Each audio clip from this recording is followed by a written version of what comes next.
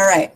So my learning teaching interaction number 3, I am doing it on based on the overall question is why do family life educators need a code of ethics, and how can they help us strengthen our practice and the relationship with those who we teach?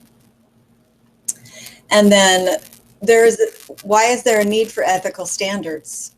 The reason that we need ethical standards are because there are instances when family life educators can do harm. We need professional conduct, and we have to be guided by professional standards, just like doctors and social workers and marriage counselors do.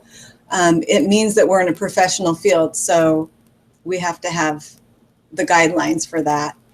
And the code of ethics can strengthen my practice and the relationships with those I teach by providing guidelines when confronted with challenging and difficult ethical dilemmas. Serving as a notice to the public and profession as to the principles and values that will guide decision making. And it strengthens relationships with those I teach. It helps me strengthen relationships with those that I teach. And I want to help families recognize their strengths. And this guide, having a code of ethics as a guideline, will help my professional practice. There are 2 approaches to ethics. The first one is the mandatory ethics.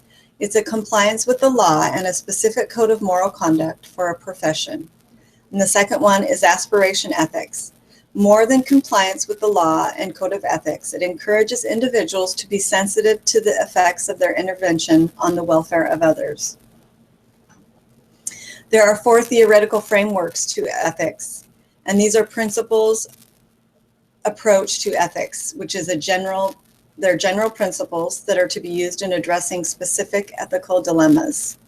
They describe an ideal level of practice that's defined through a set of specific principles that reflect important professional values. They also provide the advantage of a code of ethics through a clear description of expectations and aspirations for professional conduct. And then the next one is relational ethics, and this forms the basis for organizing ethical principles in the Minnesota Certified Family Life Educator approach. And then the next one is feminist ethics, and these are moral judgments from the female orientation of care versus a male orientation, which stresses justice. And the last is virtues ethics. This is focused on the person of the family life educator and their moral competence, and it's defined as dispositions to do the right thing for the right reasons. There are 3 virtues that are most relevant to family life education practice, and these are caring, prudence, hope, and optimism. Caring is a disposition to support the well-being of family members as decision makers in their own lives. Prudence, or practical wisdom, is the ability to understand competing needs in complex situations and make decisions based on reflection and consultation with peers. And then hope and optimism is a disposition to focus on strengths and positive potential of family members and other individuals, and to maintain a positive attitude in the face of adversity. I think as family life educators, we need to use these virtues because they will help us as we help other people, and it'll give us a way of caring for them and being able to kind of empathize with them and put ourselves in their shoes. And also, if we're showing hope and optimism, it's showing a positive attitude, and that even though we have adversities, we can overcome them, and it gives people hope. In conclusion, ethics are a habit and an ingrained way of thinking that influences the way that we interact with family members and other professionals. It's a process, and it's constantly evolving. It's not carved in stone, and it needs to change with the individual family needs. Ethics supports family life educators through thinking about important values and principles. And the word ethics is a group of professionals that process situations that are difficult to produce insights and moral strategies. That's it. Wonderful. I thought it was good. Sorry, I'm writing down notes.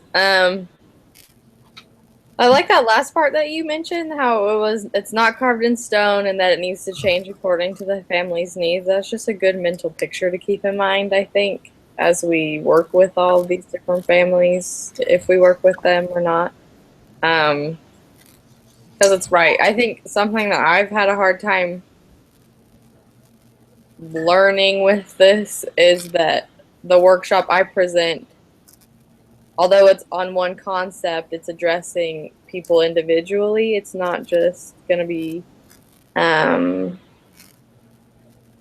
It's hold on. not just like, not everybody is the same. Right, right. So the way I teach it and the way I learn it is not the same way someone else is going to hear it. So it's kind of made things a little more stressful because I'm like, oh, how am I supposed to get in the mindset of all of them? But it's not that I don't know. I just like that you said it's not carved in stone and it changed with like the code of ethics itself and everything changes with everyone's needs because I don't know. It's just a good reminder that yes, we can teach these things and we'll adapt accordingly depending on Yeah. how everybody. And it So, takes talent. I mean, it yeah. takes a caring and compassionate person. And I think that's why those virtues, can help us do that, because every family is going to be different. Every, parent or whatever is going to be different in their Right. parenting, and we have to learn how to teach specifically to all these different people. And it sounds kind of daunting, but I guess Yeah. we can learn how to do it as we go along too. And Right. Yeah. No, for sure. Yeah. so, Okay. I guess I'll go ahead and share mine. okay. It's very similar to yours, so hopefully you don't get too bored. Okay, so I based mine on three aspects from the reading that we had over the past 3 weeks. So I chose to focus on evaluation, ethics, and boundaries. So I put there are many things to remember as a family life educator. Between the lesson plans created and the relationships built with the participants, family life educators must keep in mind a variety of key elements to creating a successful workshop. For this learning and teaching interaction, I wanted to focus on three concepts from the reading that I felt best prepare an FLE for success. These three concepts are evaluation, ethics, and boundaries. And having knowledge of all of these things will help us create a successful workshop that includes healthy relationships between participants and the educator. So the first principle was evaluation. In chapter 3, we find that there are many reasons to gather evaluations. These reasons consist of assessing participant progress, guiding program decisions, refining program processes, and specifying effective program elements or maximizing program effects. Um, Along with these reasons, we read that having a clear understanding of your vision and the program goals is also essential before evaluation of the workshop. And so three or two, I guess, two things from that is we have to keep in mind the vision and we have to keep in mind the program goals and objectives. And in the book, it listed vision as larger picture of program efforts, shared expressions of a program staff, and it answers the question of what do we want to create. And then with program goals and objectives, it's more specific than the vision and it expresses the purpose for programs. And objective is the most specific level of intent. So knowing the reason and the logic behind evaluations, I was able to gain a better understanding of the purpose of these sometimes daunting tasks. In order to improve, we must let others evaluate our work. Through their eyes, we are able to gain helpful and constructive information to improve upon our original work. And as I was just reading all of this, I had some questions that came to my mind on how I wanted to create my workshop with objectives and goals and everything in mind. And so one question was, what elements of my workshop have the greatest impact on my participants? And is my workshop really encouraging participants to function better outside of the workshop?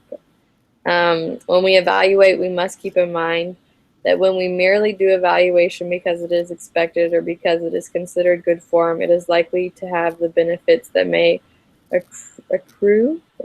when we carefully pre-consider what data we need and how we expect it to be used. And that was a quote that I found in the chapter that I was really straightforward in our evaluations.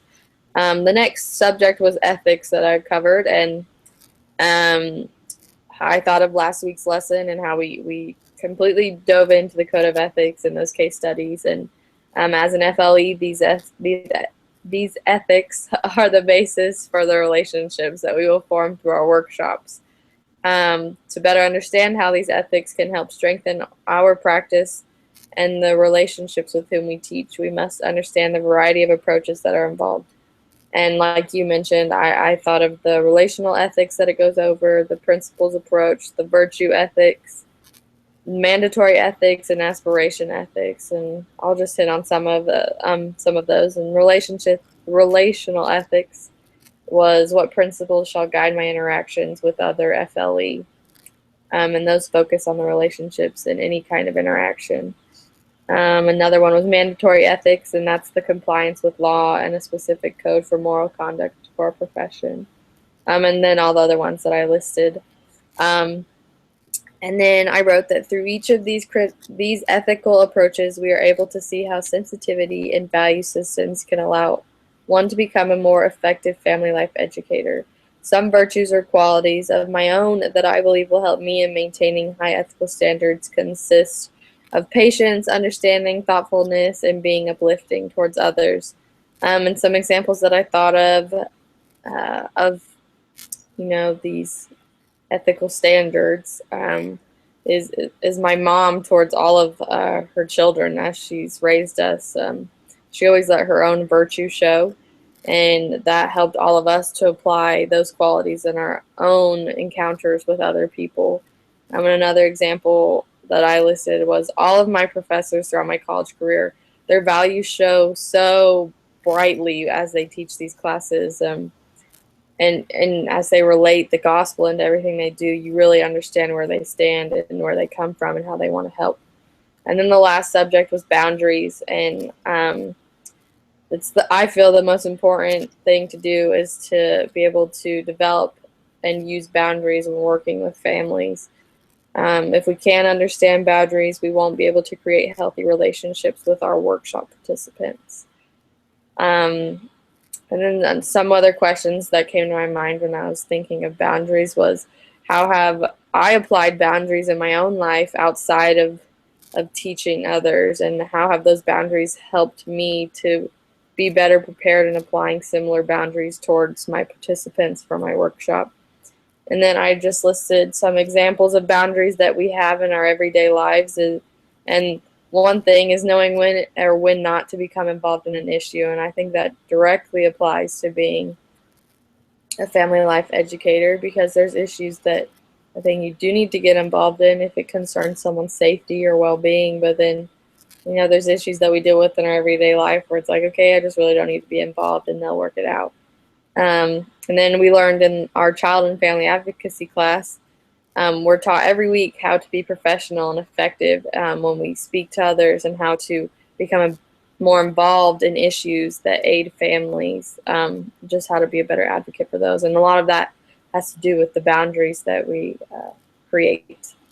So the boundaries created have a great impact on the relationships formed within the workshop. We must be able to distinguish between roles and responsibilities of different professions. There are different types of services that are given at different levels of responsibility, thus allowing different relationships to form. And it mentioned FLE, FT, and FCM. So each of those levels have different roles and responsibilities, and we are to stick in the one that we have been trained on and the ones that we know. And the others are for those people. And so an FLE is a normal, healthy, functioning, broad, inclusive knowledge base. Education, prevention focus is what we focus on. And then FT, therapeutic intervention, assessment, and diagnosis, psychotherapy. So that's more of the counseling level of intervention. And then FCM is coordination of services, family advocacy, focus on meeting family needs. So overall, we must remember the differences in these roles. We must understand the boundaries between responsibilities as FLE and other professions that help families. Keeping within our area of work will ensure for the healthiest and most successful relationships to form. So that's it. Okay, I'm going to stop the broadcast. Or wait, no. Let me make a few comments. I think you did a really good job, first of all. And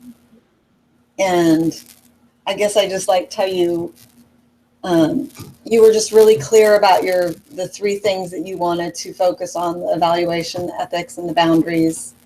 And also, I like how you wanted to, you used like your mom and with you and your siblings, and how she was patient and understanding and thoughtful. And that's just like the kind of family life educator that you want to be. And I thought that was really good. Thanks. All right, I'm going to stop the broadcast. Okay, sounds good.